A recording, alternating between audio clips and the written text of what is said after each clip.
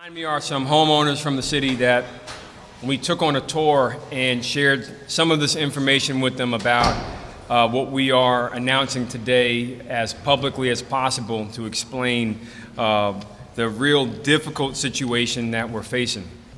So thank you all for coming. Today, Mount Vernon is a city at risk. The city is facing crippling fines and tax hikes because of its 15-year failure to comply with the Clean Water Act.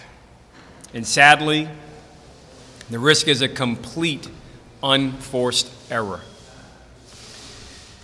The historic problem is that the city has missed repeated deadlines for addressing pollution caused by its sewers and stormwater drains. The current problem is that the city council and controller won't pay for the bills that we need to make sure that we fix the problems, create clean water, and get us into compliance, despite providing clear plans of action.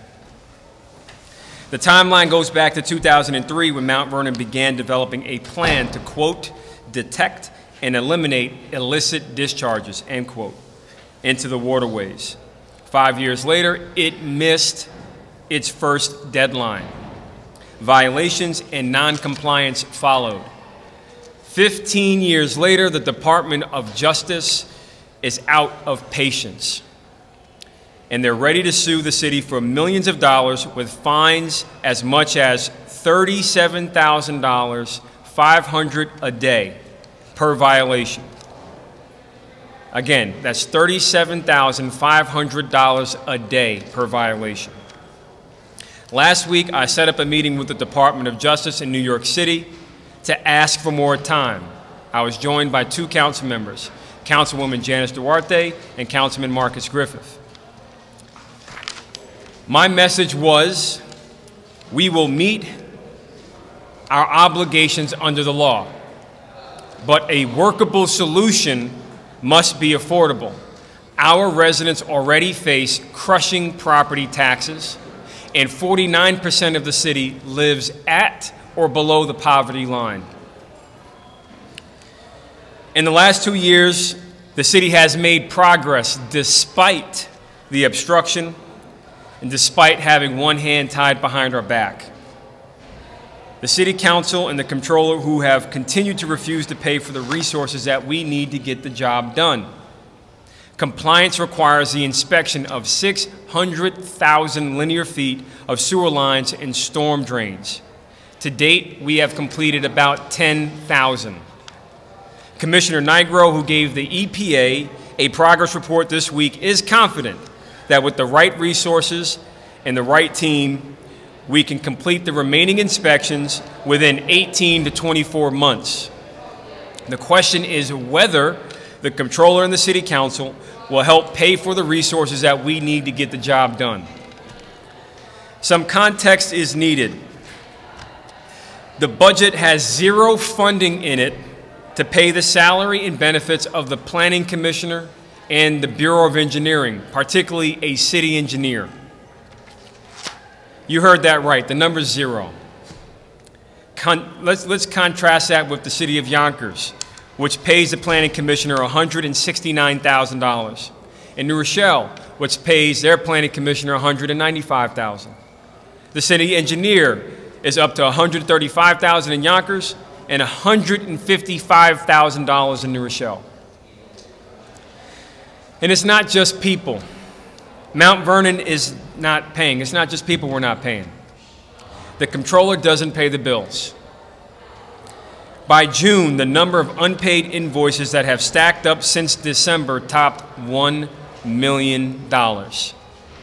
This is no way to run a city.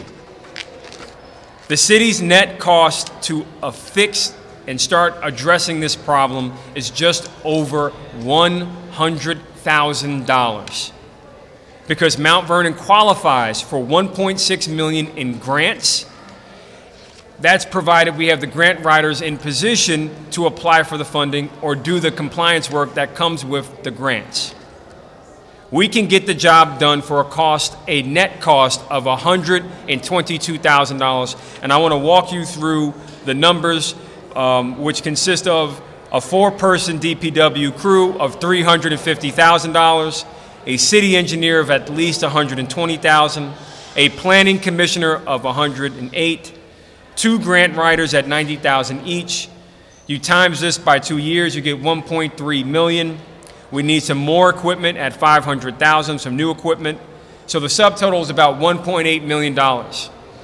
If we apply the $1.6 million grant that we earned, you subtract that with some additional savings that we've created, that's the net cost, $122,000. That is worth the investment. Now, we must compare that to the crushing fines from the Department of Justice. Fines of $37,500 a day add up to $1.2 million per month. That's a tax increase of 2% a month or 24% a year. No one can afford that. And that's just for one violation. Keep in mind that we have the Bronx River and the Hunts River that run through Mount Vernon, which could mean multiple fines per day. Mount Vernon has to make a decision. I've said this before, and I'll continue to say it until we get some partners across the table that actually sit at the table to make one with us. And the choice is clear. We can embrace the course of action and benefit from positive outcomes. We will come into compliance with federal regulations. We will stop polluting our waterways. And we can protect our taxpayers, one of the most important obligations of our job. And we'll be promoting economic growth for a city that desperately needs it. Or we can default to inaction, which buys nothing but bad outcomes. Unaffordable penalties, dirty water, crushing tax burdens, in a city that will shed businesses and jobs. My ask is for the City Council and the Controller to join me at the table, and let's take the high road. I wish they were here today. I asked them for a meeting last week Friday. I asked them to meet Monday night to give them a full debrief of last week's meeting with the Department of Justice, EPA, and DEC. Unfortunately, this request has been met with silence. The elected officials in Mount Vernon must work together. And not to do so is inexcusable. It only hurts our city and it hurts our residents. And it's not too late, but the days are numbered in terms of what we're facing to start making more progress fixing this problem. Council members Duarte, Griffith, Wallace, Farquharson, Council President Copeland, and Comptroller Reynolds, we got to work together. Let's work together. There are clear plans of action on the table. There are solutions that are affordable to our taxpayers. And there are things we can do that can get good progress and hopefully reduce what the Department of Justice described as a significant monetary penalty, which was completely avoidable and unnecessary. As I said before, compliance is cheaper than defiance. Mount Vernon cannot afford to ignore this problem or play politics with it, and we cannot afford to continue this course of inaction. So with that, I'll take questions from the press, but first I'll ask any members that have joined me today for a tour of City Hall and a debrief on these issues, if they have anything to say as taxpayers or any reactions in general. I know our Commissioner of Public Works is here, as well as our Commissioner of Planning. So with that, I'll open it up to one of our residents who took up the challenge to take a tour. Thank you, Mr. Mayor. I was pleased today to join the mayor and others in taking a tour of City Hall. I'm a resident of Mount Vernon, been here over 22 years. This is a city that, for me and for my family and for thousands of people I know, we're not just passing through. This is our home. And we're at a loss to understand why we're looking at a $122,000 expenditure by the City Council and the Controller to avoid a $38,000 DOJ fine that is potentially accruing here. I mean, I'm not a particularly smart guy mathematically. I didn't do well in math in school. But to me, that discrepancy is way, way, way, way, way out of line. And it's out of line particularly because it's so easily resolved. I mean, it's not a heavy lift here. So I'm at a loss to understand, and thousands like me are at a loss to understand why we can't get together and have some movement in that regard. Just move the ball a little bit. The mayor has put himself out there. We're very proud of our mayor. We're proud of our city council. We're proud of our controller. All we're asking as residents, longtime residents in this, our home, is that they work together. I don't think that's too much to ask. Do you? Thank you, Mr. Mayor. Can you just say your name? Sorry, I'm sorry, my name is Michael Templeton. Thank you. My name is Sandra Wilson, and I am a resident of Mount Vernon, a very proud one. Our homes are beautiful, and we love living here. We voted for the city council, we voted for our mayor, and we voted for the controller. Our expectation is that they all work together to benefit the residents of Mount Vernon and place us where we really need to be in the future. So I want to thank the mayor for making this meeting available, and we really want to support progress with all three entities. Thank you. Thank you.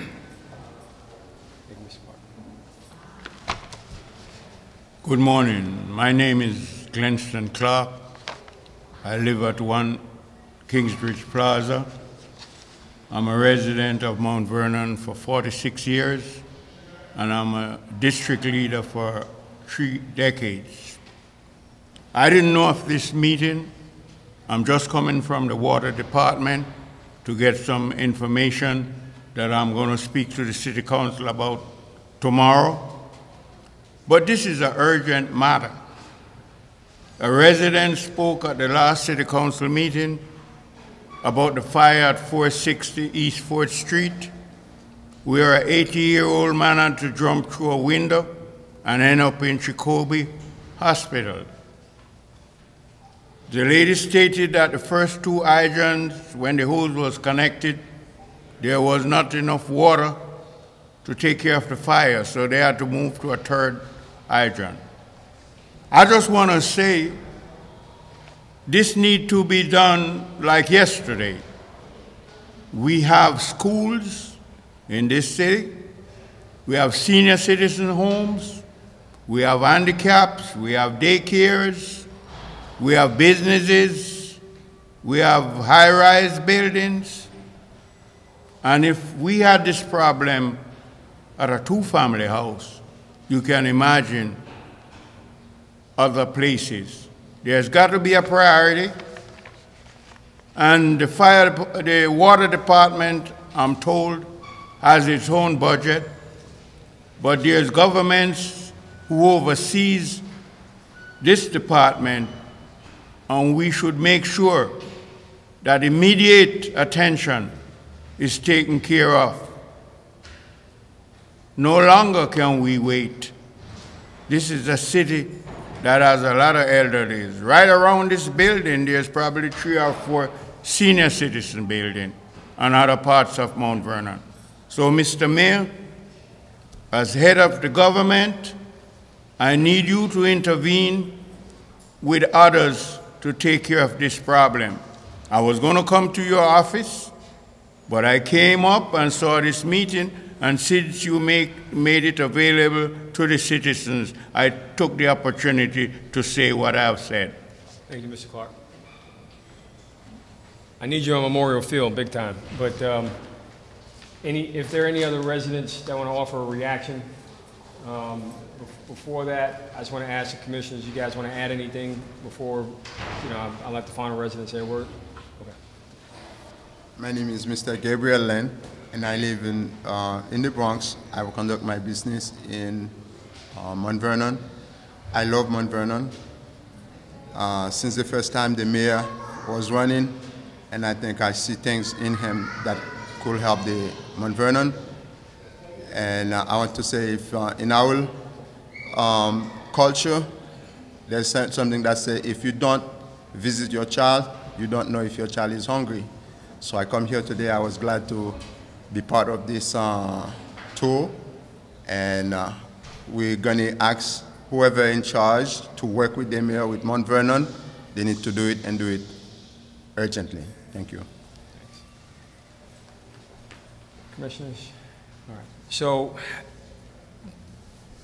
just a quick aside, what Mr. Clark was referring to was a water main work and repair that impacted some fire response, but the fire was fully involved by the time the truck pulled in, and thankfully everybody escaped.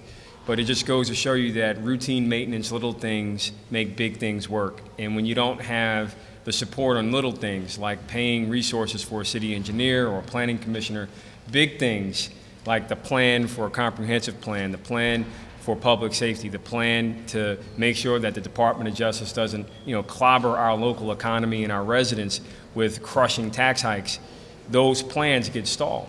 So, there's a lot of work to do, and we're going to continue to reach out and try and get people to come to the table.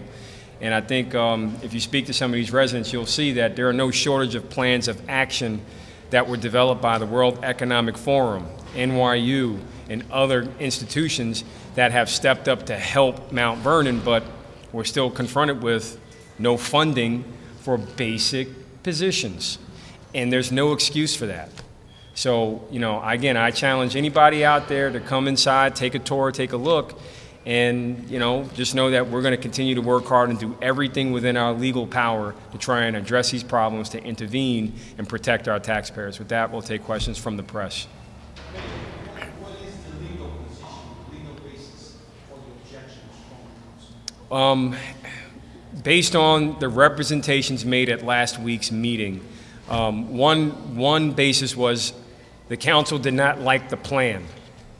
They didn't like the terms, but that's federal law. We, as a city, were forced into a compliance order in 2012 that laid out a very clear schedule, and that schedule was to inspect the storm lines and the sewer lines, and wherever you detected a break, you fix it. Now, for some of those people out there that deal with raw sewage coming into their basement, be it a business or a home, that's part of the reason why. You have some issues with the storms and sewers that make residents suffer in silence. So these are the health issues that we also have to be mindful of, because there are a bunch of challenges that we have to address. So that was one basis that was put on the table, but as DOJ replied, that's the plan. If you want to make some adjustments, we're open to it, but this is federal law, this is our process, and they even took an additional step, so everybody knows. They even helped define how we should do procurement. This way there's no confusion or controversy on us following our own rules, which is what we seek to do all the time. We have spoken with a lot of people on the street, and they see that this problem between your administration and the council, it's a war where the casualties are the people of Mount Vernon. And they object that very much. Does the council body understand that? I don't believe the council or those that are egging them on understand the ramifications of, this continued back and forth. I put the issues on the table, black and white. We crunch the numbers. We try to make it as clear as possible that compliance is cheaper than defiance. And we put plans out, business plans, and one plan that, that one of our residents was holding was a plan to bring back 4th Avenue, a plan that shows that Mount Vernon residents, some of them behind me, that spend $40 million a year outside of Mount Vernon on restaurants. If we just fixed what we have, we can get some of that money into the city. That will increase sales tax revenue, and that will create, less pressure on property taxes. But if we constantly, like as you're pointing out, deal with a council that's tone deaf, a council that doesn't want to meet, a council that chooses to politicize everything, and a controller that's not paying the bills literally, we're going to have this, situation where we're going to have to take drastic actions to save our taxpayers.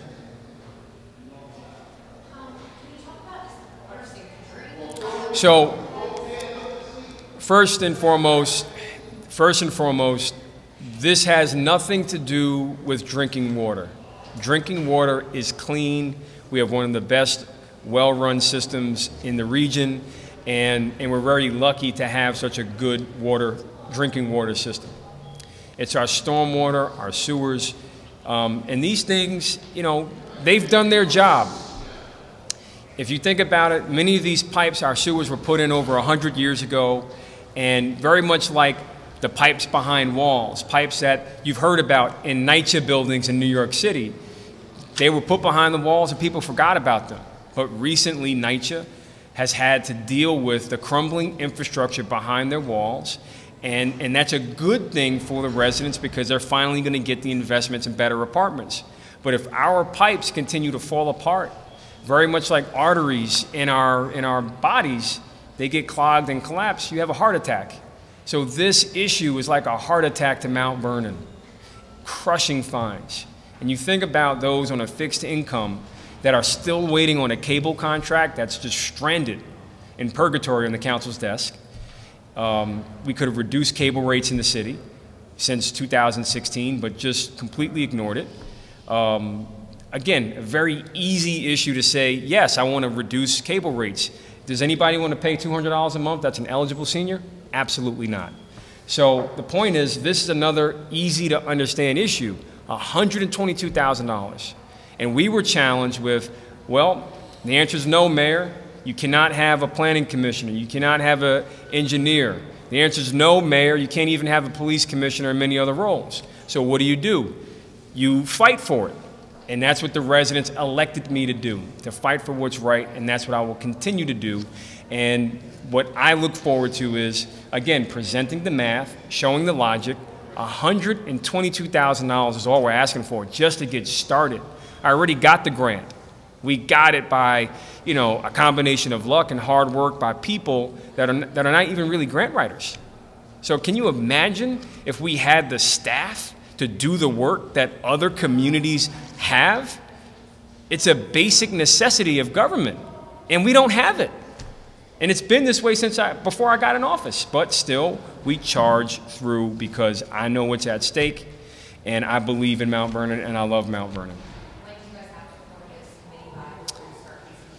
The DOJ was unclear as to when they are going to take action, but they said you have a very short period of time to show us anything. They said that last Thursday, which is, what we showed them. We showed them what we've done despite not having the resources available to us. We showed them how we've partnered with the state of New York. We showed them how we've done our best to work with the very little bit we have. And they were not impressed by the answer they got from the city council or the comptroller's office, which was silence. And by them, wanting to comply with the Clean Water Act, pass the bill before a committee, and then everyone should comply. Hang on. Sure. So this Wednesday is a city council meeting. Residents can show up. If they would like to speak to the city council, they have to call in advance.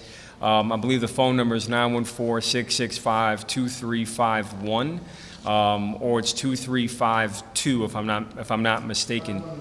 Yeah, 51 and 52 are the two numbers people can call to sign up to speak. They just can't show up and say, I want to speak. They have to get permission to speak to the city council before they attend the meeting.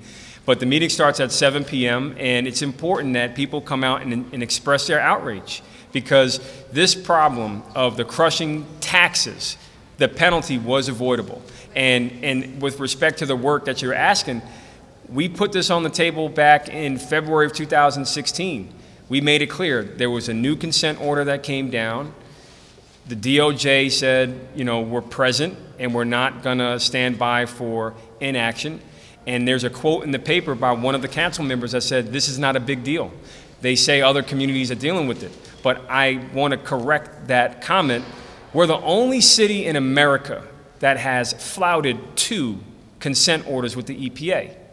And the words from the DOJ was, there's something called willful intent. Well, I'm intending to comply. And those willful people that are willfully obstructing this whole process need to think about Flint, Michigan, because it's that type of scale of an issue underground. They can do a lot of things between now and Wednesday. The first one is sit down and let's meet, and let's stop these shenanigans and let's get to work. And that's been even the issue on Memorial Field as well, just to give everybody an unvarnished look at what's really going on, which is why, you know, I have to thank these taxpayers for coming forward and taking a hard look inside City Hall. And just, you know, in closing, I just say, you know, thank you again, because it's easy to say, I'm tired of watching the people go back and forth. I'm tired of the infighting. I mean, who cares? We all must care, because this asteroid, this tax asteroid is coming our way. And it was completely avoidable, and there are still solutions on the table. And my hope is that the DOJ has mercy on our city and we can make it affordable, because it's not fair that our taxpayers are now paying the price because council members and a controller don't want to comply. So I'm counting on the public to compel the council and the controller to come to the table and work together with us to solve this very important issue of many issues, but we'll do this one for right now. Any other questions from the press? Hearing none, I'd like to say thank you so much. And, you know, these slides will be available, and we look forward to talking with you some more later on. Thank you.